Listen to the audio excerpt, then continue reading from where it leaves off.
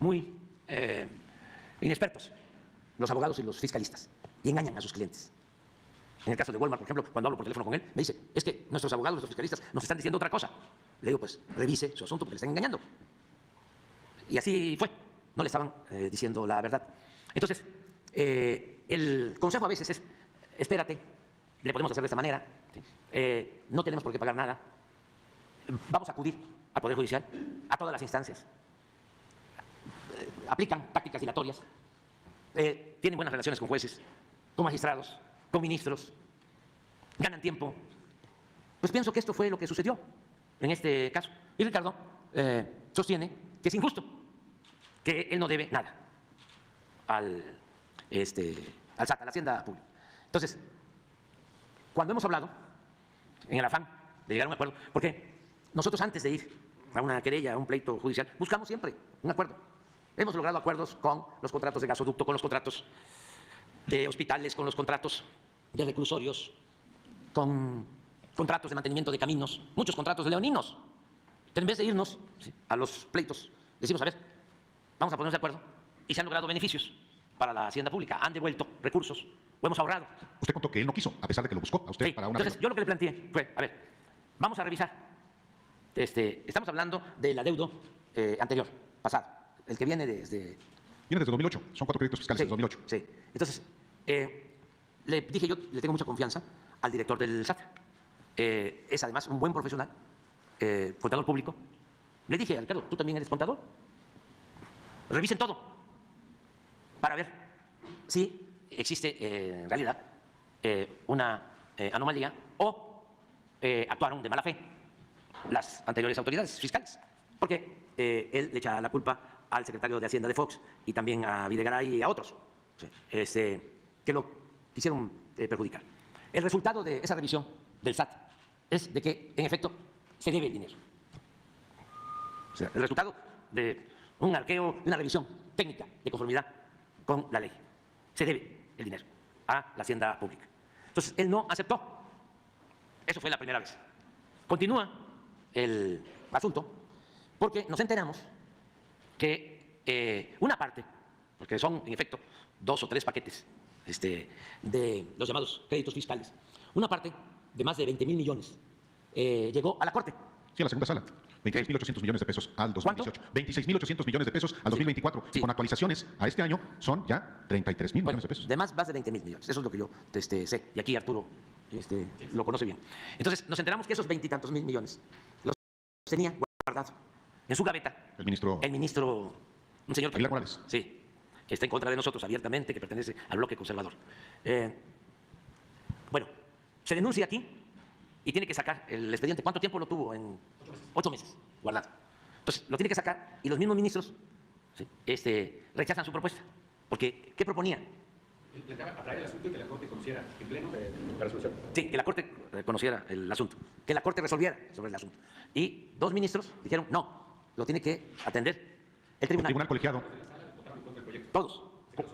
Solo su voto. Entonces, regresa. Después de eso, después de esa situación, me buscó Ricardo. Entonces, queriendo que se llegara a un acuerdo. Le dije, bueno, vamos a tener un acuerdo. ¿Por qué no lo explicas tú para que no vayan a pensar que yo soy... Y también es muy importante este paquete de adeudos, pero los otros también. Sí, no, nosotros no tenemos nada que ocultar y creo que la regla de oro de la democracia verdadera, no la que exaltan los oligarcas, la regla de oro de la democracia verdadera es la transparencia. La transparencia. ¿Sí? Y hacer la vida pública cada vez más pública. A ver, ¿qué te planteé cuando vino Ricardo a buscar un acuerdo? Sí. A ti y al director de SAT. Sí. ¿Qué tal? Buenos días. En efecto, el señor presidente lo que nos plantea es hacer un ejercicio, un análisis técnico para determinar justamente de los créditos fiscales, que son los adeudos de los impuestos por desconsolidación, que son los que se refieren a 2008, 2009, 2011, 12, 10 y 13, que es el cierre. Que se hiciera un análisis técnico para determinar qué normas le podían aplicar y, en efecto, tomando en cuenta algunas disposiciones del Código Fiscal, como el artículo 75, que habla de las disminuciones en las multas, sobre todo, y en las actualizaciones de estas multas, es que se lograba hacer un ajuste, y es lo que nos planteó el presidente, y establecer una ruta legal que no implica condonación, sino un ajuste únicamente de los montos conforme a lo que prevé la propia disposición fiscal, y eso es el ejercicio que hicimos.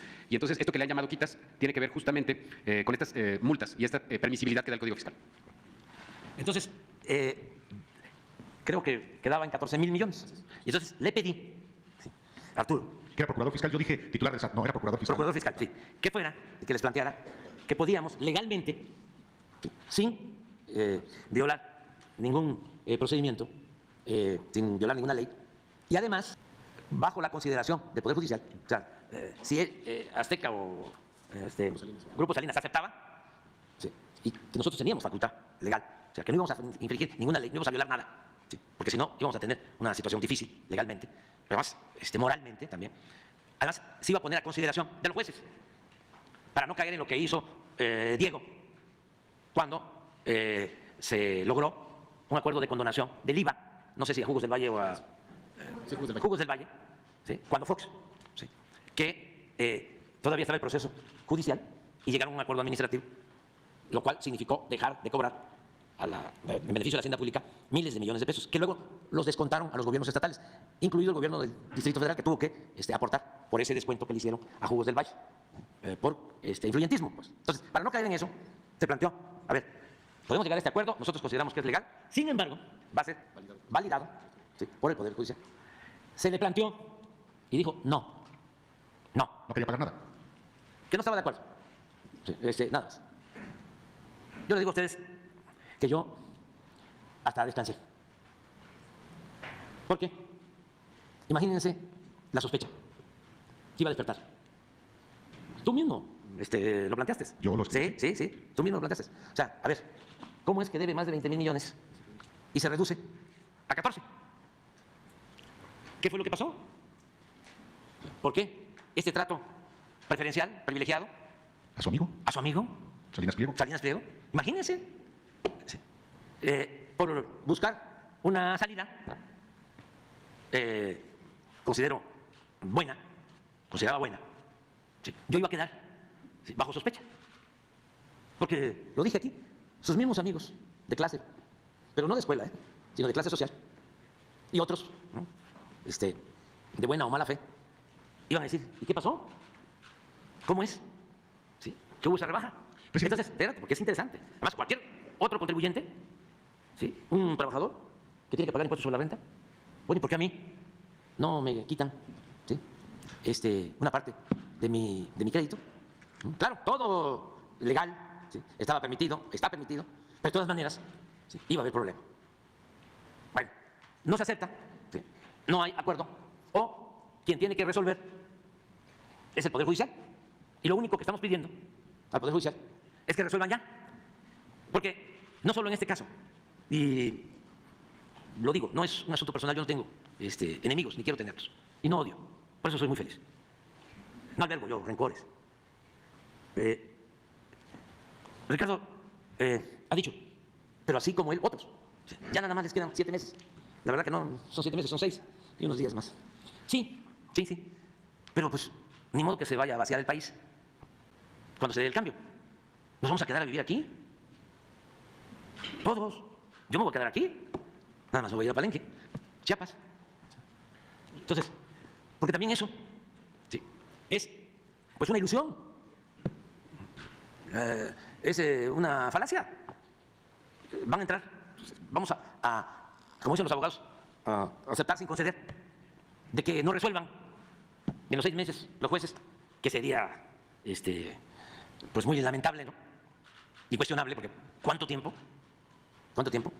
Con las tácticas dilatorias de estar ganando tiempo. Pues de todas maneras nos vamos a quedar, todos, ¿sí? Y ni modo que los que lleguen no atiendan este asunto.